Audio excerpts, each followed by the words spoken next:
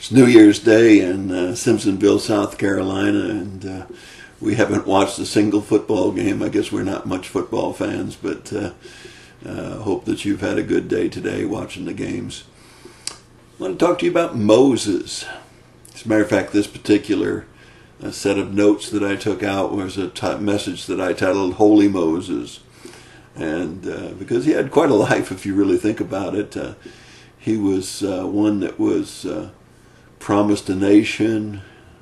He saw the perversiveness of the nation, and he saw a penitent nation. He was a deliverer. In some forms, he was a type for Jesus. There's no question that a good deal of the Old Testament revolves around not only the life of Moses, but the work that he started. As a matter of fact, as you look at Moses' life, it's quite interesting.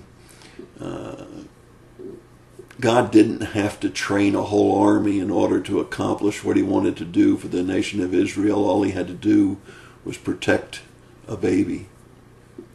God didn't have to train an army. All he had to do was open and close a sea. Moses was an unwilling spokesman, had a lot of unlikely ways.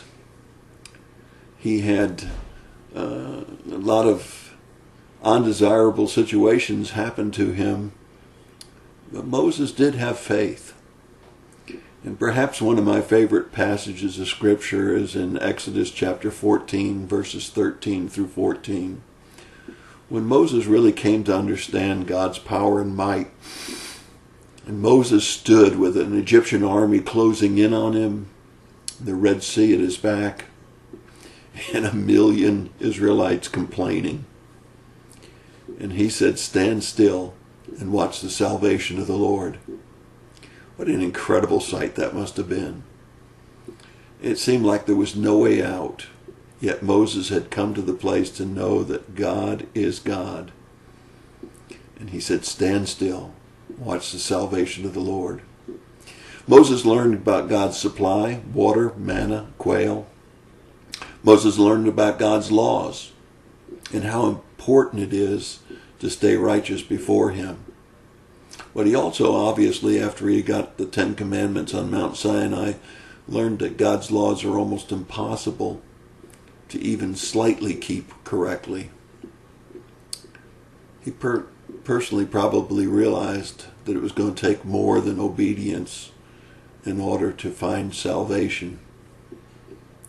Moses learned the cost of disobedience, not only in his own personal life when he didn't get to go into the promised land, only see it, to watching a number of his followers completely devoured after their disobedience at the promised land.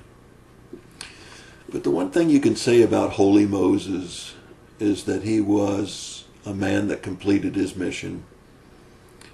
He was a man that pleased God, and God honored him, not only during his lifetime, but as we read through the New Testament, we see him mentioned frequently. Imperfect? Absolutely.